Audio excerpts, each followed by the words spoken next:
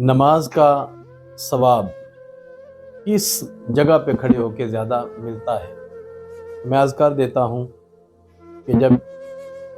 امام صاحب کے پیچھے آپ بالکل قریب کھڑے ہوں گے، جتنا امام صاحب کے قریب کھڑے ہوں گے اتنا آپ کو ثواب زیادہ ملے گا۔ پھر جو دائیں طرف کھڑا ہوگا اس کو ثواب زیادہ ملے گا، اور پھر بائیں طرف والوں کو ثواب ملتا ہے، اس کے بعد دوسری صف والوں کو، پھر تیسری صف والوں کو۔ لیکن عاشقان رسول صلی اللہ علیہ وسلم نے کیا خوب کہا کہ دنیا کی ہر مسجد میں دائیں طرف بندہ کھڑا ہو اسے ثواب زیادہ ملتا ہے، مسجد نبوی شریف کے اندر بائیں طرف کھڑا ہو تو ثواب زیادہ ملتا ہے۔ پوچھا گیا وجہ کیا ہے، تو تمام عشاقان مصطفیٰ کریم صلی اللہ علیہ وسلم خوب جانتے ہیں کہ بائیں جانب امام الانبیاء صلی اللہ علیہ وسلم کا روضہ مقدس ہے، تو اس بات میں کوئی شک نہیں، جو رحمتیں برس رہی ہیں گنبد خضرا پر، کائنات کی کوئی ایسی جگہ نہیں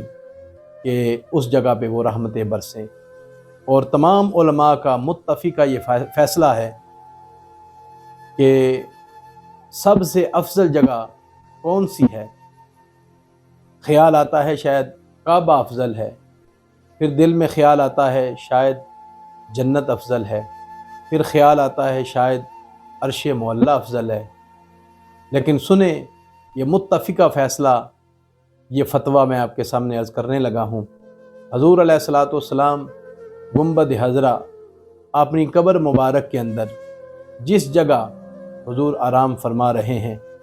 اور جو مٹی مبارک جس نے حضور علیہ الصلوۃ والسلام کے جسد مقدس کو چوما ہوا ہے، چھو رہی ہے، وہ مٹی عرش معلیٰ سے بھی افضل ہے، وہ مٹی بیت اللہ سے بھی افضل ہے، اور وہ مٹی جنت سے بھی افضل ہے۔ اس لیے جب وہ جگہ جنت سے، عرش معلیٰ سے، بیت اللہ سے افضل ہے، تو پھر اس روضہ پاک کے جتنا کوئی قریب کھڑا ہوگا اس قدر اس کو زیادہ ثواب اور زیادہ اس کو فضیلت حاصل ہوگی۔ اور اس سے آگے چلیں تو میں یہ بھی عرض کر دوں کہ نماز جنازہ کے اندر ہر کسی کی خواہش ہوتی ہے کہ میں پہلی صف کے اندر کھڑا ہوں، اور اس میں حکمت بھی یہی ہے کہ جو حضور علیہ الصلوۃ والسلام کا فرمان کتابوں میں ہمیں ملتا ہے کہ نماز جنازہ کے اندر پہلی صف میں کھڑے ہونے پر زیادہ ثواب نہیں۔ یہاں کس صف میں کھڑے ہونے پر زیادہ ثواب ہے؟ تو سنیں، نماز جنازہ کے اندر جو سب سے آخری صف ہے اس کے اندر کھڑا ہونے میں زیادہ ثواب ہے۔ اس کی ایک حکمت تو یہ نظر آتی ہے کہ یقیناً پہلی صف میں بندہ کوشش کرتا ہے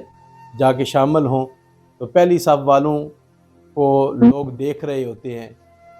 گھر کے ورثاء بھی دیکھ رہے ہوتے ہیں، رشتہ دار بھی دیکھ رہے ہوتے ہیں کون آیا ہے کون نہیں آیا۔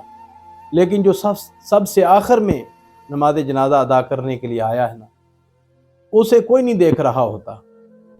اور وہ پیچھے کھڑا ہو کے نماز جنازہ ادا کرتا ہے، اس کا تعلق ریاکاری سے کافی دور ہے۔ اس کی نماز جنازہ جو ادا کرنے آیا ہے وہ کافی دور ہے، ریاکاری سے وہ بچا ہوا ہے۔ اور یقین فرمائیں کہ نماز جنازہ جب اللہ تعالیٰ کی رضا کے لیے کوئی پڑھنے کے لیے آتا ہے تو حدیث پاک میں آتا ہے کہ جو اللہ کی رضا کے لیے نماز جنازہ ادا کرے، اللہ تبارک و تعالیٰ اسے ایک قرات جتنا ثواب عطا فرماتا ہے، اور جو تدفین کے وقت قبر تک بھی جائے، دفنا کے قبر پر دعا مانگ کے آئے، اسے 2 قرات جتنا ثواب ملتا ہے۔ صحابہ کرام نے عرض کیا یا رسول اللہ صلی اللہ علیہ وسلم یہ قرات کتنا ہے؟ میرے آقا علیہ السلام نے فرمایا جتنا احد پہاڑ ہے، احد پہاڑ ہے۔ اللہ اکبر، اتنا اجر و ثواب ہے۔ اور کبھی عمل کرنے کی اس بات پر بھی توفیق ہوئی ہے کہ جنازے پر آپ جائیں، پہلی صف میں کھڑے نہ ہوں، آپ پچھلی صف میں بے شک اپنے چہرے پر رومال لے کے آئیں، سر سے رومال کر کے اپنے چہرے کو ڈھانپے ہوئے نماز جنازہ کے وقت چہرہ ننگا کر لیں، لیکن سر کے اوپر سے آپ نے رومال لیا ہوا ہو،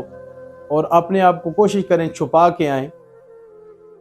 اور اللہ تعالیٰ کی رضا کے لیے، محض اللہ کی رضا کے لیے، اللہ کے محبوب کی رضا کے لیے، اور کوئی دل میں ایسا وسوسہ نہ ہو۔ اب اس انداز میں نماز جنازہ ادا کر کے اب وہیں سے رخصت ہو جائیں، تو پھر دیکھنا آپ کی ایمان کو حلاوت کتنی نصیب ہوتی ہے، چاشنی کتنی نصیب ہوتی ہے، اور آپ کو اس عمل پر لطف کتنا آتا ہے۔ اللہ تعالیٰ مجھے اور سننے والوں کو اخلاص کی دولت سے مالا مال فرمائے، اور ریاکاری سے اللہ تعالیٰ مجھے بھی محفوظ فرمائے، آپ حضرات کو بھی اللہ تعالیٰ اس سے محفوظ فرمائے۔